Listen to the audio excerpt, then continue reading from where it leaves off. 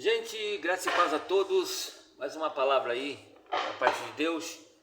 Quero falar um pouquinho sobre o grande perigo das ameaças, né? Que tem ameaçado as igrejas desse milênio. Que a gente sabe que a modernidade é uma terminologia ainda desconhecida na maioria das pessoas, não é? Que não estão familiarizadas com as ciências sociais e necessita de uma definição clara e simples sobre isso, né? A modernidade, por modernidade, nós entendemos que todos os fenômenos sociais que acontecem decorrentes do acesso das pessoas aos avanços da ciência, da tecnologia, não é? Bem como pela rápida urbanização e proliferação de informações, de cultura, não é? Tudo isso é modernidade. Os Guinness, né? Teólogos europeus, por assim dizer, e profundos estudiosos sobre o impacto da modernidade, o impacto que tem a modernidade sobre o cristianismo atual, têm afirmado o seguinte, né? Que a modernidade é uma terminologia que define um sistema oriundo das forças da modernização e desenvolvimento, na verdade, né? Então, que está sobretudo baseado, né, na premissa de toda a causa de cima para baixo, na verdade, que são frutos de desígnios e produtividades humanas, né, por assim dizer. A gente vê um período pós-modernidade, as igrejas estão sendo forçadas a se adaptarem aos padrões exigidos do pluralismo que hoje invadiu as nossas universidades, invadiu as nossas vidas, né? Temos o pluralismo, né, que na verdade ele vem forçando as igrejas a se adaptarem, né? E a maioria das pessoas tem se adaptado realmente, né? Na verdade, o pluralismo tem sido uma das principais vertentes da sociedade pós-moderna, né?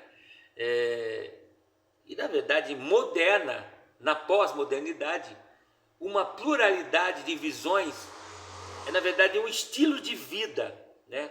Que são valores e credos defendidos pela maioria.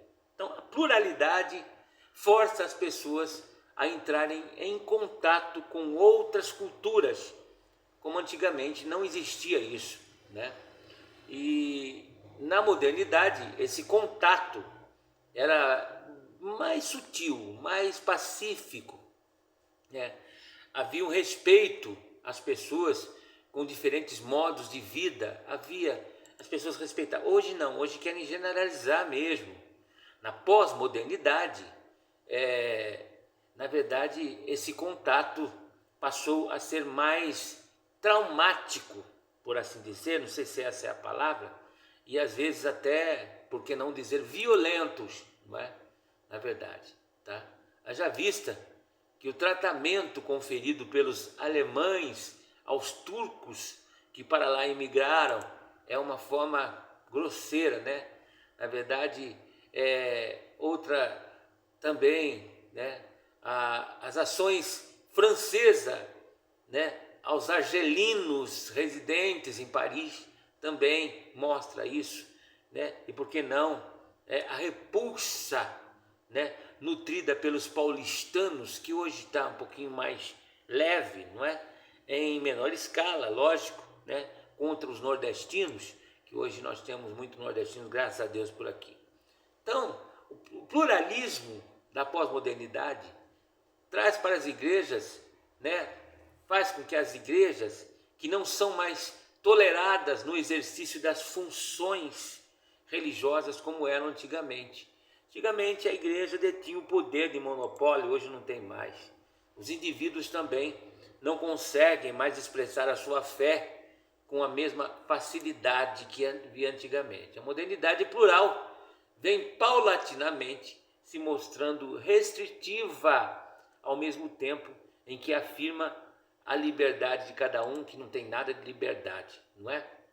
A gente vê que o direito de liberdade daqueles que desejam impor seus ideais, né, e pensamentos aos outros está aí, né? e a perda de espaço, tanto a fé, né, institucionalizada, uma palavra difícil, institucionalizada, essa fé de instituições, como os crentes, por exemplo, né, devem adaptar-se para sobreviverem num ambiente plural. Isso que muita gente não está entendendo. Essa é a verdade. Muita gente não está entendendo isso. E ele se mantém naquela visão ainda antiga, não bíblica, antiga, de uma religiosidade, né? Então, há uma intolerância grande da pós-modernidade, né? Ela é para com os que ela considera também tudo que ela considerar intolerante, e os cristãos são assim, né? Eles são percebidos as pressões da pós-modernidade, principalmente da pluralização, é a ideia de ver tudo no plural, não é? Querer que unificar a mente de todo mundo sobre as igrejas como instituição e sobre os crentes são distintas. Essa é a verdade, né? Hoje a gente vê a perda do monopólio da cosmovisão. Havia uma ideia de que a igreja detinha o poder da cosmovisão. A religião, ela detinha há séculos os direitos de fornecer à maioria da humanidade uma visão, não é? De explicação sobre o universo. Hoje já não tem mais, não é? E na verdade hoje as pessoas são angustiadas pelas indagações, né, que faziam a vida, e sempre foi assim. As pessoas que tinham angústia e buscavam nas religiões, não é, uma resposta. Hoje não é mais assim, né? Busca na ciência, né? Antigamente os homens voltavam-se para a religião, né, buscando respostas, né? Na pós-modernidade esse monopólio foi rompido, né? E o homem e a sua razão passaram a representar os únicos referenciais possíveis, né? Na pós-modernidade, fragmentando e decepcionadamente, né? O homem ele passou a buscar essa resposta nas alternâncias de suas emoções. Hoje, não é? Outros estilos de vida, no misticismo, na intuição, por que não dizer, no hedonismo, não é? Ou em qualquer coisa aí que possa, por um momento que seja, produzir respostas na vida do homem que está acreditando em tudo. Respostas que passaram a ser válidas, né? E válidas horizontalmente, pela relativação, né? Relativização, na verdade, né, absoluta, de que tudo é verdadeiro dependendo, né, do número de adeptos ou do tom de voz que se fale. A pessoa pode falar mal de quem detém um grande número de votadores, de povo, mas sempre vai ficar aquela coisa: mas será que ele está errado? Ele tem tantos seguidores, né? Ou quando o pregador imposta a voz, fala com uma energia, né, um viçareiro e tal, como se estivesse falando uma coisa verdade, mas pode babar um monte de heresias mesmo entonando a voz. Nesse contexto, a religião é apenas uma instituição a mais, na verdade, né? E a pluralidade age como a força, né, que vem sendo constritiva, sabe? De uma jiboia, sabe? Que vem apertando e tirando o fôlego da igreja, e já há muito tempo está acontecendo, até a ponto de tentar calar mesmo e sufocar. É bom a gente lembrar de que esse processo não busca, né, remover a religião da vida. Não é isso ainda. O anticristo vai tentar. Mas na pós-modernidade, tudo é válido, na verdade. Sabe? Ele simplesmente reduz a fé, né, a áreas privadas. Hoje há uma redução, né? Todos possam ter o mesmo espaço da pós-modernidade, né, que limita a religião, na verdade, a ambiências, né, secreta das opções, né, e de preferências, tá? Isso está acontecendo, né? Em um passado não muito distante, o horizonte das grandes cidades, né, era marcado pelas torres das catedrais, né? As formas pontiagudas dos pináculos religiosos simbolizavam a busca humana pelo eterno, né? E as igrejas acabaram cedendo lugar aos grandes arranha-céus hoje, né? E vivem espremidas entre corretoras de seguros, shopping centers e todos os, né, se competindo ou competindo pelo mesmo espaço, um engolindo o outro, é como o povo hoje virou mercadoria, sabe, de barganha, sabe? Então a arquitetura denuncia a tendência sociocultural, né, que enclausura, na verdade, a religião e a igreja ao âmbito das sacristias, celebrações e devoções, né? Então, na verdade, a religião agora é marginal e depende da eleição de cada pessoa e fica à mercê dos gostos, porque existem religião para tudo, né? Em outras palavras, hoje não se pode mais ter sucesso de público, sabe, defendendo a verdade que Cristo mandou que ensinássemos. Começou a pregar a verdade, ensinar a verdade, meu amigo, minha amiga, a coisa vai ficando estreita, né? Então, a maioria das igrejas não consegue resistir o grande assédio, sabe, de repressão que o sistema bestial tem oferecido nesses últimos tempos, né? Mas com nomes modernos tais como, né, esse tal de pós-moderno, de pós-modernidade, né, que aqui fazemos uma analogia com que sucede com o campo econômico das igrejas também, por que não? Em que vários produtos são ofertados, na verdade, obedecendo às leis de compra e venda. A gente tem visto isso, não é? Aí você vê conceitos de mercados, não é? A reveria, né?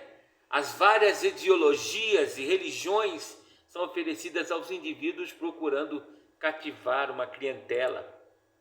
Se reúnem hoje, né, para um telemarketing, relações públicas e capacidade gerencial. Então a igreja passou a ser uma empresa, né? E aí você vê, passa a ser a obsessão, né, dos que estão no mercado, né, de almas, porque as pessoas se tornou mercadorias hoje, né? Então a gente vê hoje instrumentos da administração, igrejas que são empresas, né, numa situação de mercado, né, que capacita o produtor mercadejar mais facilmente seu produto, não é? E dessa forma a gente vê a religião transformando-se em mais um participante desse mercado, por que não dizer, não só o cristianismo quase que generalizado, e para sobreviver precisa passar por adaptações constantes. Esse mercado, o cliente na verdade sempre tem razão, e como os gostos dos clientes mudam rapidamente, sabe, a mentalidade mercantil da igreja força ela a adaptar-se, na verdade, ao sabor dos novos ventos. Tem pastor aí pirando na batatinha, trazendo o mundo para a igreja, né? E fica fácil de entender porque tantos, né, modismos eclesiásticos, tantas modas eclesiásticas, parece que está todo mundo querendo vender o seu peixe, né? E tantos novos ventos de doutrinas, heresias e apostasia, né? Então a necessidade de cada vez mais, né, que a gente vê o cristão tá cada vez mais pensando em agradar o cristão como se fosse um cliente e tem que ter a luz própria, tem que pintar a parede de preta, e tem que trazer um som, um jogo de luz, tem que ter um ambiente bacana, tem que ter tudo isso, né? E a gente vê essa proliferação, né? A gente vê, né, isso acontecendo, os posicionamentos que pareçam intolerantes são abandonados. Quando o pastor quer seguir a palavra de Deus, ensinar o que está lá, fica sozinho. E a igreja, ela tem se rendido ao adaptacionismo excessivo. Tem quem não se adapta hoje vai ficando com um povinho reduzido. E para agradar o mercado passa, também a aceitação de suas exigências. Então a igreja, ela busca diálogo culturais, na verdade, apenas para aprender a adequar-se ao que exige, a sua clientela agora, de membros. A gente vê grandes centros urbanos que é comum que uma equipe pastoral se reúnam. A gente já fui convidado para várias reuniões, mas nunca fui, que se reúnam semanalmente, até porque não dizer, quinzenalmente, como executivos das grandes empresas para discutirem como prender e trazer gente. Procuram-se meios e estratégias que, na verdade, se satisfaçam plenamente seus clientes, que os membros hoje se tornou cliente. Essa atitude de rendição à adaptação, ao adaptacionismo, por assim dizer, total, que vende a fé por um valor muito reduzido, é pior, sabe? E ainda podemos dizer que é pior do que isso, a concorrência determina o preço. O pessoal está aceitando tudo nas igrejas. Quanto mais gente disputando os mesmos clientes, menos exigentes se tornam os sermãos, menos exigentes se tornam as palavras pregadas nos púlpitos, e hoje o lance é fazer para agradar. No palco das liquidações, oferecem-se produtos religiosos e um custo cada vez mais baixo, e para a pessoa ficar. Manter a casa cheia é o que há, é o grande lance. Assim, se a necessidade de uma vizinhança é de uma religião água com açúcar, por que não? Vamos fazer e atender o público, Então, proclama-se o evangelho bem ralinho, uma palavra que não ofenda ninguém, que não toque em nada do que a Bíblia é contra, e vamos aceitar tudo e achar que está tudo certo. A tendência, é viajar num transe bem esotérico e psicodélico, por que não dizer? Então, amados, só para si, provavelmente, na verdade, quero ver se vier o arrebatamento dessa forma. Hoje, assim, o jovem gosta de música alta, badalações mil, pouco compromisso. O pastor põe um boné na cabeça e transforma o culto num programa livre. Nada contra, põe boné, pode pôr, mas tem umas coisas que fogem do absurdo, sabe? Se o perfil das pessoas é mais legalista, mostra-se o quê? Um esquema progressivo de proibições, que tem gente que ama ser proibido, coisa difícil, legalidade, legalista, não é? Pessoas se mostram mais inclinadas ao tradicionalismo, e vão abolir então as baterias, não é? E o órgão, e vamos voltar ao órgão agora, não abolir a bateria e nada de guitarra, vamos só com o órgão, porque esse público tem que segurar eles, então tem que fazer a vontade dele, E acabam sucumbindo diante dessa tentação de mercadejar a fé, A igreja local, ela deixa de ouvir a voz e o propósito de Deus. A verdade é essa. E os pastores, ao invés de buscarem com o rosto no pó uma voz do Espírito Santo, a vontade de Deus, conduzem, o povo através de pesquisas de bairro, na verdade, deixa o altar pela jogada de marketing.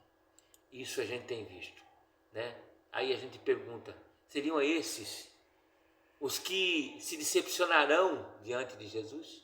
Seriam esses que Jesus vai se decepcionar, quando diz lá em Mateus 7, 22, 23, muitos naquele dia hão de dizer-me: Senhor, Senhor, porventura não temos nós profetizado em Teu nome não temos expelido demônios em Teu nome, não fizemos muitos milagres?